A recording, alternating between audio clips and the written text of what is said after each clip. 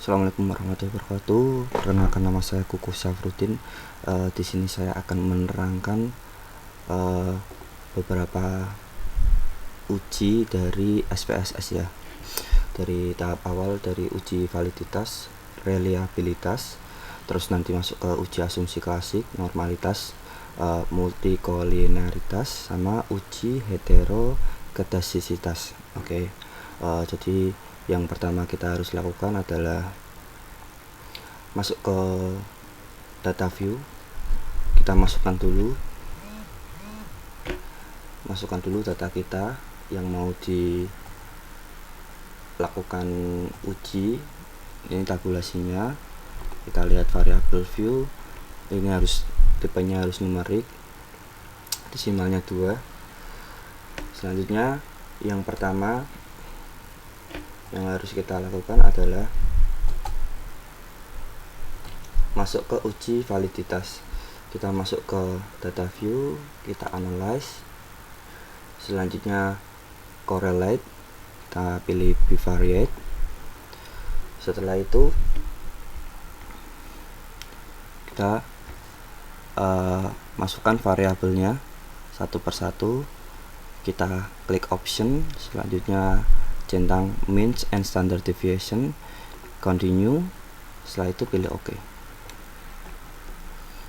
Sebentar, ini data saya yang lama, kita hapus dulu biar gak bingung ya. Kita ulangi lagi, analyze, correlate, bivariate, ini sudah masuk. Mean and standard deviation di centang, setelah itu OK. Kita lihat hasilnya, kita lakukan pada semua variabel ya. Analyze, correlate, bivariate. Ini kita kembalikan dulu. Selanjutnya B1 ke ini sama, kita lakukan pada semua variabel. Oke.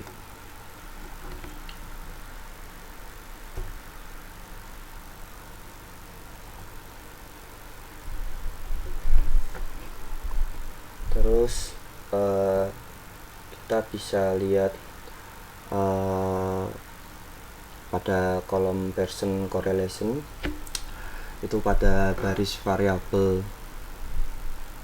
terhadap skor total, bandingannya nanti dengan R tabel. Ini untuk N30 ya. R tabelnya 0,361. Jadi jika nilai Pearson correlation lebih besar dari R tabel dan nilai sig-nya itu kurang dari 0,05, maka item tersebut valid. Selanjutnya kita lanjut ke uji reliabilitas. Tujuannya adalah untuk melihat apakah jawaban responden konsisten atau stabil dari waktu ke waktu. Jadi uji ini dilakukan setelah item dinyatakan valid. Jadi nanti kalau ada item yang tidak valid harus dibuang atau diperbaiki sebelum uji reliabilitas ini. Langkah-langkahnya, yang pertama kita masuk ke analyze. Setelah itu kita pilih scale ini reliability analysis. Selanjutnya kita pilih dari variabel A1 sampai A3. Kita pilih dulu, itu statistik. Kita cek scale if item delete, kita continue, habis itu kita OK.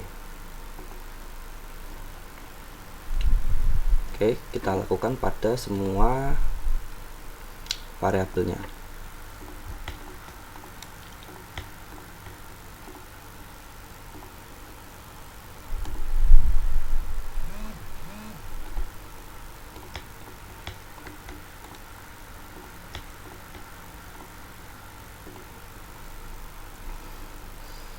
Ya.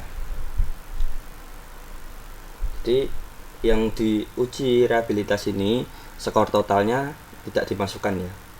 Jadi hanya item-itemnya.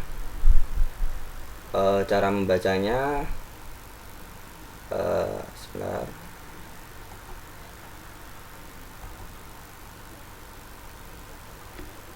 kita lihat nilai crown batch alpha. Ini crown batch alpha pada tabel reliability statistik. Dari kriteria instrumen dinyatakan reliable jika nilai crown batch alpha lebih dari 0,60. Jadi kalau nilai crown batch alpha-nya rendah, kurang dari 0,60, kita lihat tabel total statistik pada bagian crown batch alpha. If item deleted, Anda bisa mempertimbangkan untuk membuang item yang jika dihapus justru akan menaikkan nilai alpha secara signifikan. Seperti itu. Jadi kalau nilainya kurang dari 0,60, kita bisa hapus beberapa item. Selanjutnya kita masuk ke uji normalitas. Yang pertama, kita harus membuka menu analyze ke regression. Setelah itu kita pilih linear. Kita masukkan variabel dependent ke dependent, independent ke independent. Jadi variabel dependentnya kan efektivitas peningkatan. Terus variabel independentnya kualitas layanan sama kedisiplinan konsumen. Kita masukkan ke sini. Nanti bisa disesuaikan dengan variabel yang Anda miliki ya, tabulasinya. Setelah itu kita masuk ke statistik.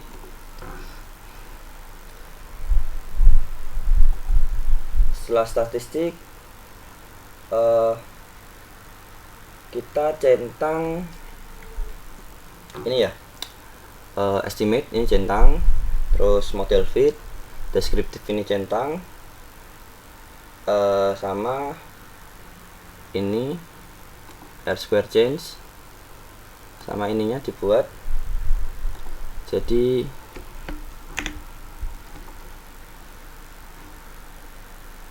sebentar, saya lihat dulu ya.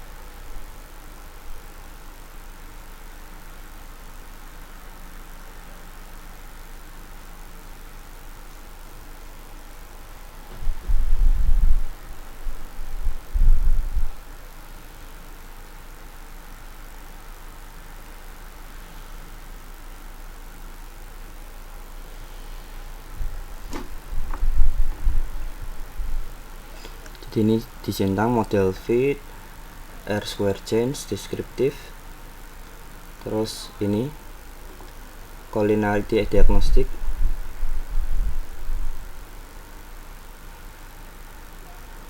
Setelah itu yang case based diagnostiknya ini dibuat menjadi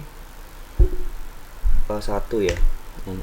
Oke, terus kita continue, kita masuk ke plot.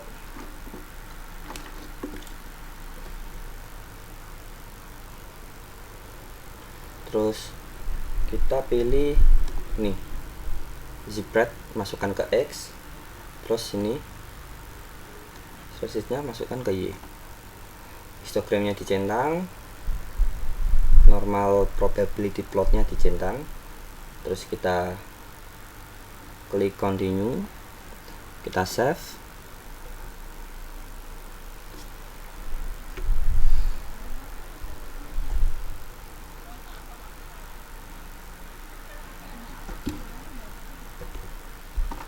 Terus ini ya, penting untuk unstandardized nya ini dicentang, terus klik continue, habis itu oke. Kita lihat hasilnya.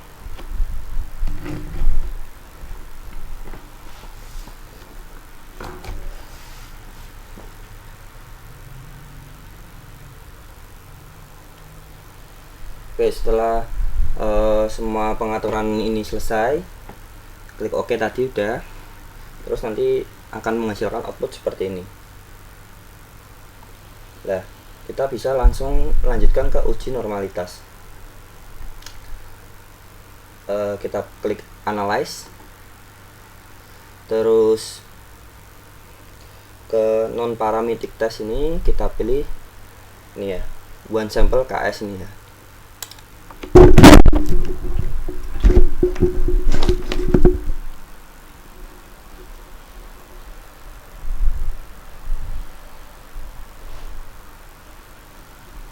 Setelah itu unstandardized ini kita masukkan ke sini, ke atas variable list. Setelah itu klik OK. Nah, nanti akan muncul setelah langkah ke uji normalitas ini akan mengeluarkan tabel one sample Kolmogorov-Smirnov test ini. Jadi kita bisa mengetahui apakah data kita berdistribusi normal atau tidak. Selanjutnya kita bisa masuk ke uji Glaser ya, yaitu salah satu metode untuk mendeteksi apakah terjadi heterokedastisitas dalam model regresi kita. Kita bisa masuk ke sini, ke transform, terus compute variable. Kita ketik dulu di sini ABS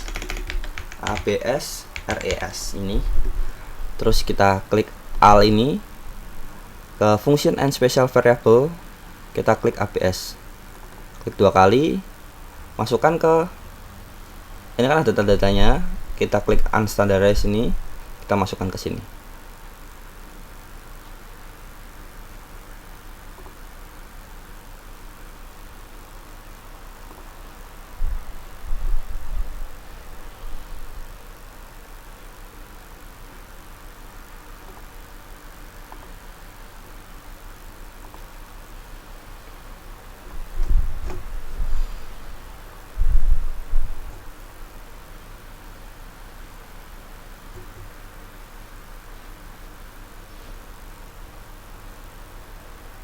Terus kita bisa klik OK.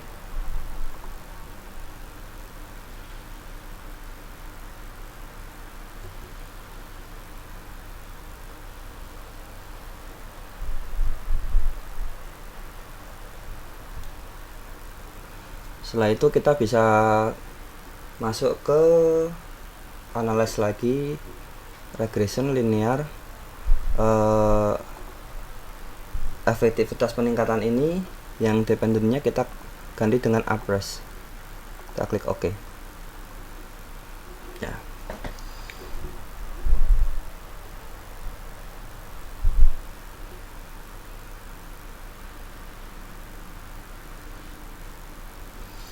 Jadi seperti itu ya. Terus kita bisa lihat cara membacanya. Jika nilai sig ini lebih dari 0,05 maka tidak terjadi kalau nilai sig ini lebih dari 0,05 maka tidak terjadi heterokedastisitas. Terus jika nilai sig itu kurang dari 0,05 maka terjadi heterokedastisitas. Jadi seperti itu. Jadi ini dilakukan agar model regresi Anda tidak bias jika data Anda heterokedastis gitu. Jadi seperti itu. Sekian dari presentasi saya. Bila ada kekeliruan bisa Anda sanggah. Jadi nanti bisa saya perbaiki seperti itu. Terima kasih. Assalamualaikum warahmatullahi wabarakatuh.